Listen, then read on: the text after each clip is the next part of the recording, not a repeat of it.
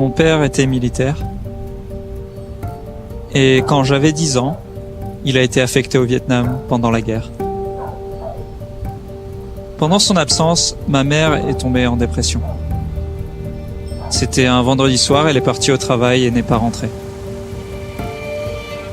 Nous sommes restés seuls pendant environ 3 semaines. Nous avons mangé tout ce que nous pouvions trouver, des choses que vous ne penseriez sans doute pas à manger. Nous étions toujours terrifiés de lui causer des ennuis. Elle nous a dit de n'en parler à personne. Quand ma mère est revenue, elle nous a dit qu'elle ne se souvenait pas vraiment de ce qui s'était passé. Elle était en fait partie voir mon père et elle avait supplié de l'emmener voir un psychiatre. Il lui a dit que ce serait embarrassant pour la famille. Mes parents ont divorcé, puis nous sommes allés vivre avec mon père. Émotionnellement, c'était comme aller vivre chez un inconnu.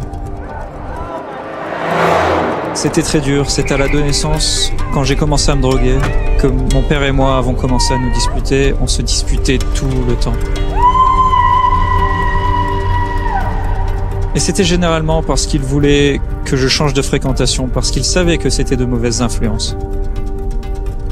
Mais je les considérais comme les seules personnes qui m'aimaient et m'acceptaient. Donc pourquoi essayait-il de m'éloigner d'eux ?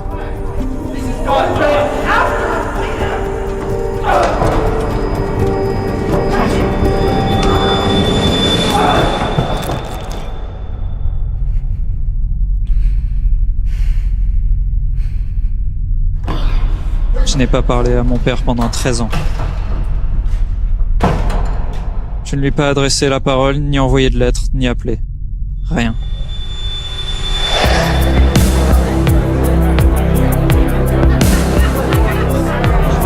Ma vie a commencé à s'emballer.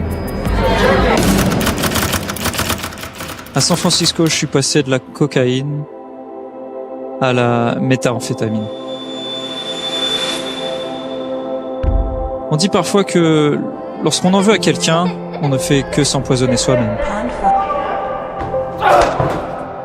Je pense vraiment que mon refus de pardonner aux autres était la clé de ma dépendance. Et c'est là que l'étape 8 intervient. Je me suis assis et j'ai commencé à faire la longue liste de toutes les personnes qui, selon moi, m'avaient fait du tort. Mais quelque part dans ma tête, je savais que le plus difficile serait pour mon père et moi, et je ne savais pas comment j'allais y arriver. Environ une semaine plus tard, un peu plus d'une semaine après avoir fait cette liste, mon père m'a appelé après 13 ans. À ce moment-là, mon esprit et mon cœur étaient assez ouverts pour pouvoir lui pardonner ouvertement et être vraiment désolé de la manière dont je l'avais traité. Nos retrouvailles ont été très émouvantes. Quand il a commencé à me raconter sa vie, je l'ai soudainement vu comme un petit garçon qui avait été jeté dans le monde. J'ai ressenti tant d'amour et de compassion à son égard. Puis, quand j'ai commencé à lui faire part de mes difficultés avec lui, et quand je lui ai raconté les 13 dernières années de ma vie, il a commencé à pleurer. Il a tendu la main et a pris la mienne sur la table. Nous étions dans un restaurant. Il a dit « Je suis désolé que tu aies eu à vivre ça ». Et je sais que c'était sa manière de me dire qu'il m'avait pardonné. Mon cœur s'est vraiment ouvert pour lui. Avec amour, compassion et pardon.